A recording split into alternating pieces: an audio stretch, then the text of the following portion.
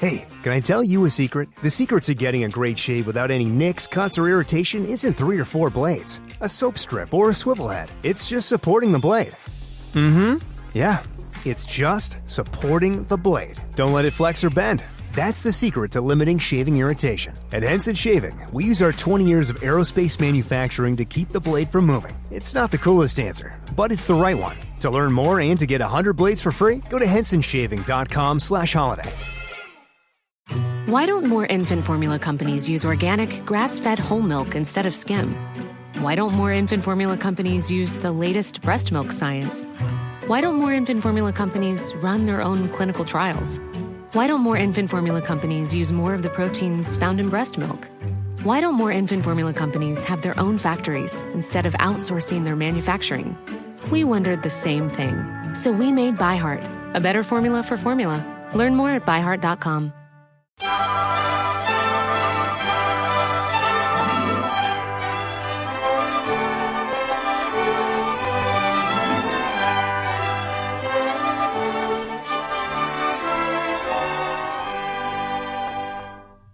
Once there was a dreadful old man named Ebenezer Scrooge. Oh, he was a squeezing, wrenching, grasping, clutching old sinner. Scrooge had been in partnership for many years with Jacob Marley, so his firm was known as Scrooge and Marley. But Marley had been dead for 7 years. Yes, Marley was dead as a doornail. And old Scrooge lived alone and disliked everybody. He had a clerk in his office named Bob Cratchit. And he only paid the poor fellow, who had a wife and 4 children, a wage that scarcely fed them. The meager office that Cratchit sat in was like a cold, dismal little cell. When Cratchit stopped to warm his hands over the burnt-out coal, Scrooge looked up over his glasses and said, "Cratchit, get on with your work."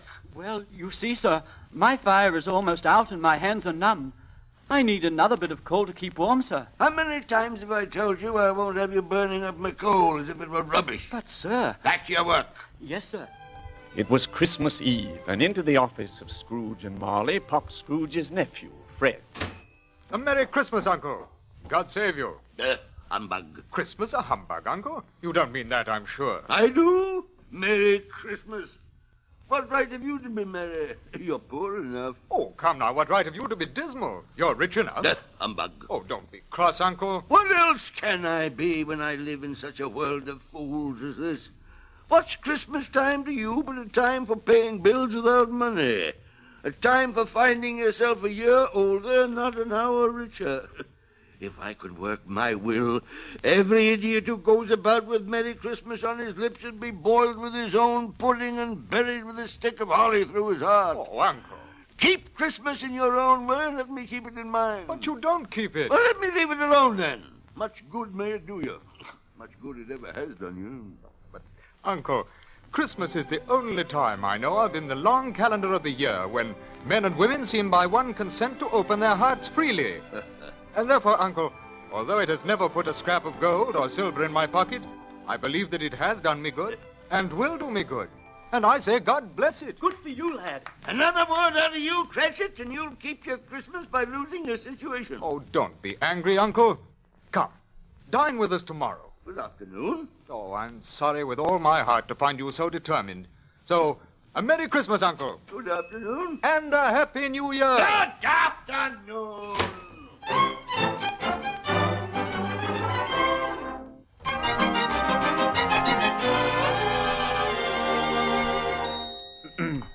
Well, sir, it's... It's what? It's shutting up time, sir. Yes. And, sir, I was wondering whether you would allow me the day off. That is, if it's convenient, sir. It's not convenient, and it's not fair. If I were to stop half a crown for it, you'd think yourself very ill-used, wouldn't you? And yet you don't think me ill-used when I pay a day's wages for no work. But it's Christmas only once a year, sir. Christmas. Nothing but a poor excuse to pick a man's pocket every December the 25th. And you a clerk with 15 shillings a week and a wife and family talking about a Merry Christmas. Blech. May I have tomorrow off, sir? I suppose you must. But be here all the earlier the next morning. I will, sir. I will indeed, sir. Thank you, sir. Late that evening, Scrooge left his dreary office and went home to his dismal chambers. chambers once occupied by his dear partner Marley. It was dark, and when he reached the house, he was amazed to notice that the knocker on the door was... I could have sworn that was Marley's face in the knocker. Ah, pooh, rubbish, nothing to it. So up the stairs he went as boldly as he could and entered his dark, gloomy rooms. Darkness was cheap, and so he liked it, the old miser. Inside his rooms, everything appeared as it should be.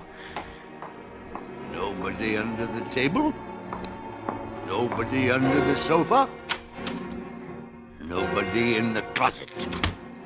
And nobody in his dressing gown, which was hanging up in a suspicious attitude against the wall. Quite satisfied, he locked the door, took off his coat, put on his dressing jacket and his pointed nightcap, and sat down before the fire to take his meager gruel. As he sat looking at the low fire, he suddenly realized that every tile about the grate had on it a copy of old Marley's face, staring at him. Humbug. Humbug! Don't believe it. Rubbish. Scrooge walked across the room. After several turns, he sat down again. He threw his head back in the chair. There was an old bell high up in the rooms, and it began to ring, while a noise downstairs made him start. What's that? Who's there? Who is it? Who is it? Suddenly, right through the wall, and then, behold, inside the room, Scrooge saw before his very eyes... Marley! What do you want with me? Much. Who are you? In life I was your partner, Jacob Marley. Don't you believe me? They don't. What evidence would you have of my reality beyond that of your own senses? Oh, because the little thing affects the senses? A slight disorder of the stomach makes them cheats. You may be an undigested bit of beef, or a blot of mustard, a crumb of cheese, a fragment of an underdone potato. There's more gravy than grave about you, whatever you are. Oh, mercy! Dreadful apparition, why do you trouble me? Man of the worldly mind, do you believe in me or not? Oh, I do. I must. But why do spirits walk the earth? And why do they come to me? It is required of every man that the spirit within him should walk abroad among his fellow men, and travel far and wide and do good. And if that spirit goes not forth in life, it is condemned to do so after death. Oh! No, please don't do that. You're shackled. Tell me why. I wear the chain I forged in life. I made it link by link and yard by yard. Is its pattern strange to you? Jacob Marley, tell me more. Speak comfort to me, Jacob. I've none to give, Ebenezer Scrooge. In life my spirit never rode beyond the narrow limits of our money-changing hole, and weary journeys lie before me. Hear me, my time is nearly gone. I will. But don't be hard on me, Jacob. I'm here tonight to warn you that you've yet a chance and hope of escaping my fate, Ebenezer. You always were a good friend to me. Thank you. Hear what I say. You will be haunted by three spirits. Without their visit, you cannot hope to shun the path I tread. Expect the first tomorrow when the bell tolls 1. Expect the second on the next night at the same hour. The third upon the next night when the last stroke of 12 has ceased to vibrate. Look to see me no more, and remember what has passed between us. When the ghost vanished in the dark, bleak night, Scrooge denounced the whole thing. I won't believe it. The whole business is rubbish. Humbug. Then he went to bed and was soon asleep.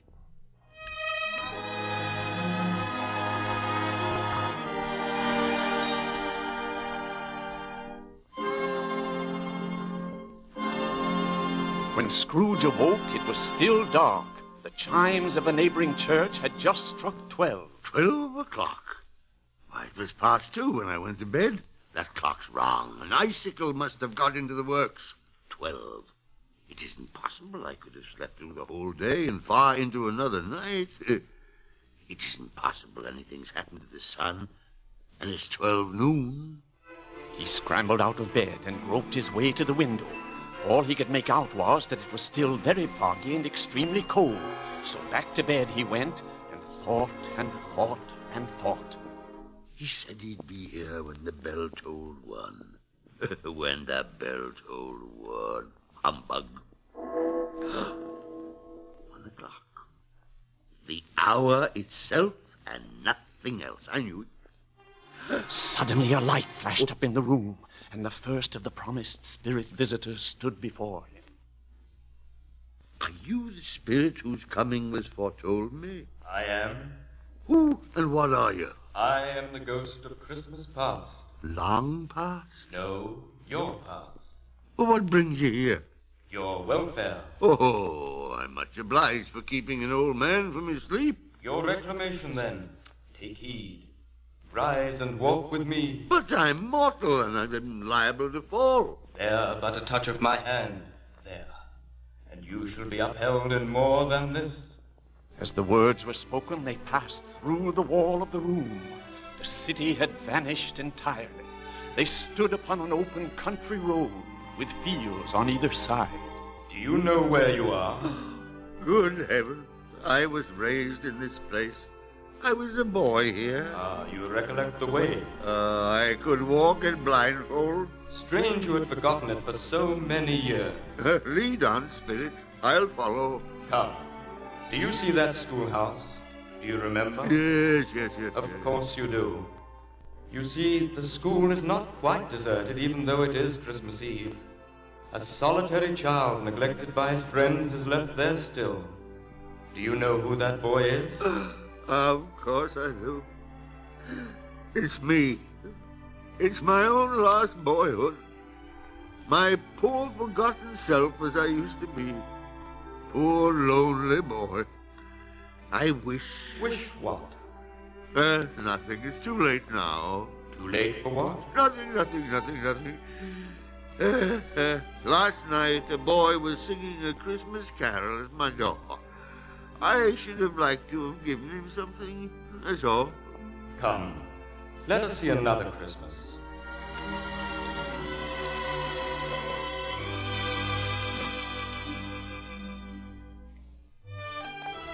The spirit led the way to many scenes that Scrooge had long forgotten. He was shown some happy Christmases of long ago when he was a youth. And best of all, the spirit took him to the warehouse where he had been an apprentice. Scrooge peeped in, and when he saw an old gentleman in a Welsh wig sitting at a high desk, he cried out, "Why, it's old Fezziwig! Bless his heart, it's old Fezziwig alive again!" And there's Dick Wilkins. Oh, Dick was attached to me. Poor Dick, dear Dick. Yo-ho, my boys, no more work tonight. Christmas Eve, Dick. Christmas, Ebenezer, let's have the shutters up. Quicker than you can say Jack Robinson, Mr. Fezziwig. As good as done. The floor swept and watered. Yes, sir. The lamps trimmed. Yes, sir. And the fuel on the fire. Yes, sir. Hilly-ho, and let's clear away and let's have lots of room. Hilly-ho, Dick. Cheer up, Ebenezer. Yes, sir. Yes, sir. In came a fiddler with a music book. In came Mrs. Fezziwig, one vast, substantial smile. In came all the young men and women employed in the business. In they all came, one after another.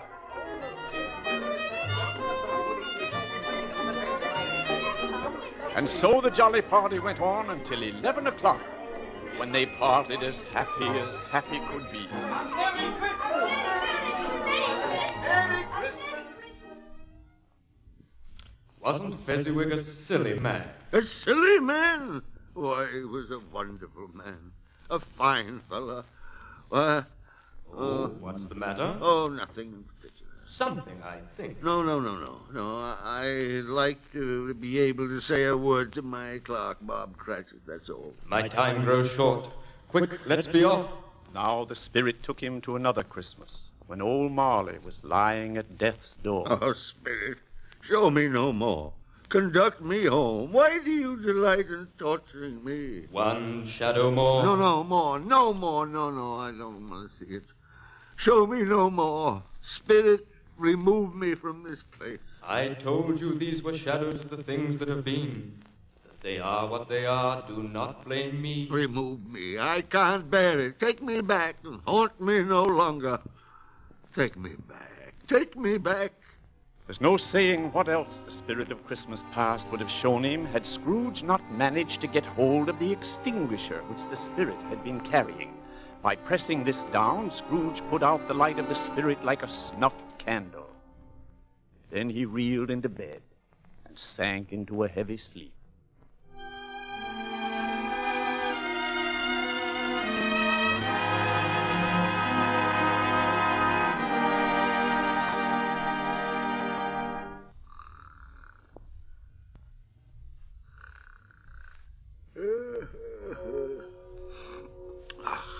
One o'clock. What's that? What's that ghostly light shining through the next room? I'll shut it out. Ebenezer Scrooge. Come in, and know me better, man. What do you want with me? And what have you done to my room here? This is my room, but it's undergone a strange transformation. This holly and mistletoe. What does it mean, and who are you? I am the ghost of Christmas present. Come closer. Fear me not. Spirit, conduct me where you will. Tonight, if you have aught to teach me, let me profit by it. Touch my robe. Gladly. Now, what do you see? I see bright-colored lights, gaiety, children on sleds, playing in the snow. Do you see that house over there? The one with the Christmas wreath on the door? Of course. It's the humble home of my clerk, Bob Cratchit. He's carrying Tiny Tim, his little son. See the boy's little crutch and his helpless limbs. How tenderly his father holds him. Let's go closer. A Merry Christmas to us all, my dear. A Merry Christmas to us all. Merry Christmas. God bless us, everyone. That was Tiny Tim. See how close he sits to his father's side. And look, he's holding Tiny Tim's withered little hands in his. He fears of losing the lad. Tell me, Spirit, if Tiny Tim will live. I see a vacant seat in the poor chimney corner, and a crutch without an owner. If these shadows remain unaltered by the future, the child will die. Oh, no, kind Spirit. Say you live. Say you live. But the spirit whirled him on to many homes and places, showing him misery and want as well as happiness. Then the spirit vanished, and a new and different figure appeared. It came slowly and silently toward him. It was shrouded in a deep black garment, which left nothing of it visible save one outstretched hand. This was the third and last of his ghostly visitors. Scrooge braced himself and said, Yes, I know. You're the ghost of Christmas yet to come. I fear you more than any specter I've seen. But I know your purpose is to do me good. I'm prepared to bear you company. Lead on, spirits, lead on.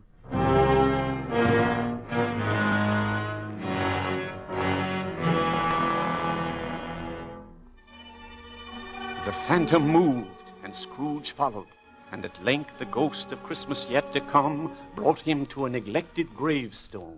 What's this? These awful weeds. I can hardly see. Whose name's written on this crumbled stone? What? It's Ebenezer Scrooge. Me. Oh, no, Spirit, no. Spirit, hear me. I'm not the man I was. I'll not be the man I must have been. Good Spirit, pity me. Assure me I may yet change these shadows you've shown me by an altered light.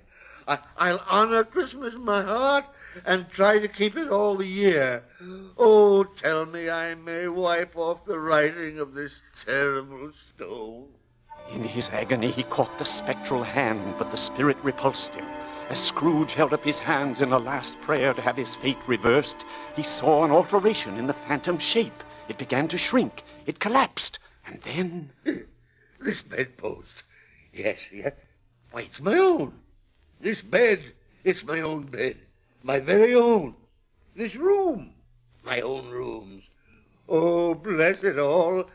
I live the past, the present, and the future. I will. The spirits of all three shall strive within me. Oh, Jacob Marley, heaven and the Christmas time be praised for this. I say it on my knees, old Jacob, on my knees. I'm as light as a feather. I'm happy as an angel. I'm merry as a schoolboy. Hey, hello outside there. What is today? Today? Why, it's Christmas Day. Christmas Day! I haven't missed it. The spirits have done it all in one night. Hello, my fine fella. Hello. Do you know the poultry shop in the next street, the one at the corner? Indeed, I do, sir. Oh, an intelligent boy. A remarkable boy. Do you know whether they've sold the prize turkey that was hanging up there? The little one? No, not little one. No. The big one. What? The one as big as me? What a delightful boy. It's a pleasure to talk to. Yes, my lad. It's hanging there now. Is it? Go on and buy it. Are you joking? No. I'm in earnest. Go and buy it and tell him to bring it here that I may give him the directions where to take it. Come back with the man and I'll give you a shilling. Come back with him in less than 5 minutes, I'll give you half a crown. I'll be back with it as quick as a shot, sir. Look at him run. I'll send it to Bob Cratchit's. He shan't know who sent it. It's twice the size of Tiny Tim. I'll send the poultry with it in the cab so Cratchit will have it in time. No, then I'll hie myself to my nephew's home. Will they be surprised to see me?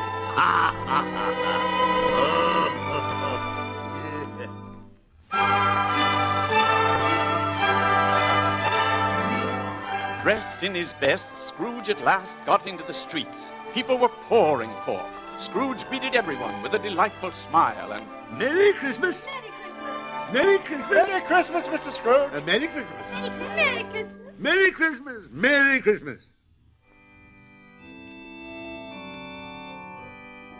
He went to church and gave a large donation for the poor.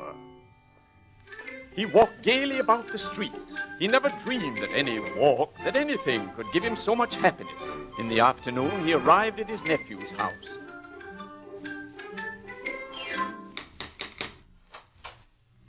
What can I do for you, sir? Is your man at home, my dear? Yes, sir. Where is he, my love? Why, bless my soul, who's that? It's I, your Uncle Scrooge. I've come to dinner. Will you let me in, friend? Of course, Uncle. Make yourself at home.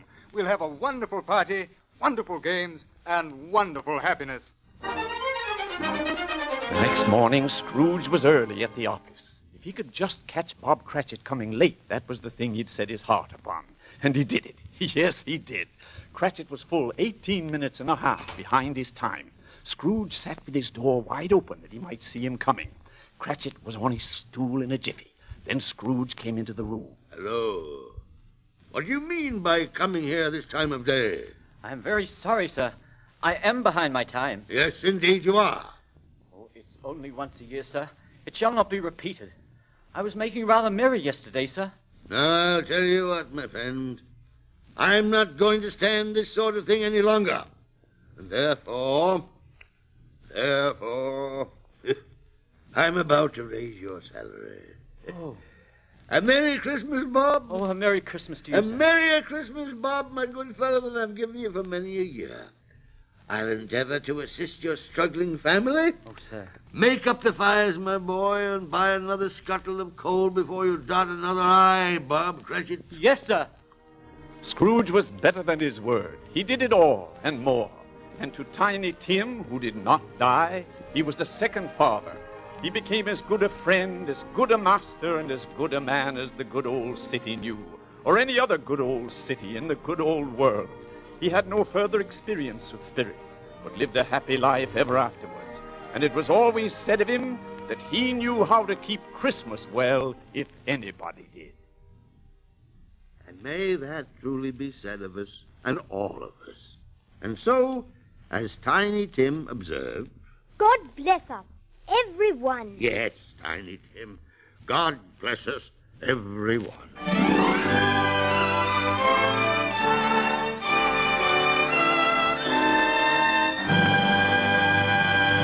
I was running until I wasn't. My hospital stay would have cost nearly $48,000, even with insurance. But with VA, I'll pay zero. And VA is the best, most affordable healthcare in America for veterans like me. Knowing that my family is waiting at home and a surprise medical bill isn't, that's good for my heart. My service was then, my benefits are now. Get what you earned. Visit choose.va.gov. Not all veterans are eligible for the type or amount of benefits mentioned here. The U.S. Border Patrol has exciting and rewarding career opportunities with the nation's largest law enforcement organization. Earn great pay with outstanding federal benefits and up to $20,000 in recruitment incentives. Learn more online at cbp.gov/career/USBP.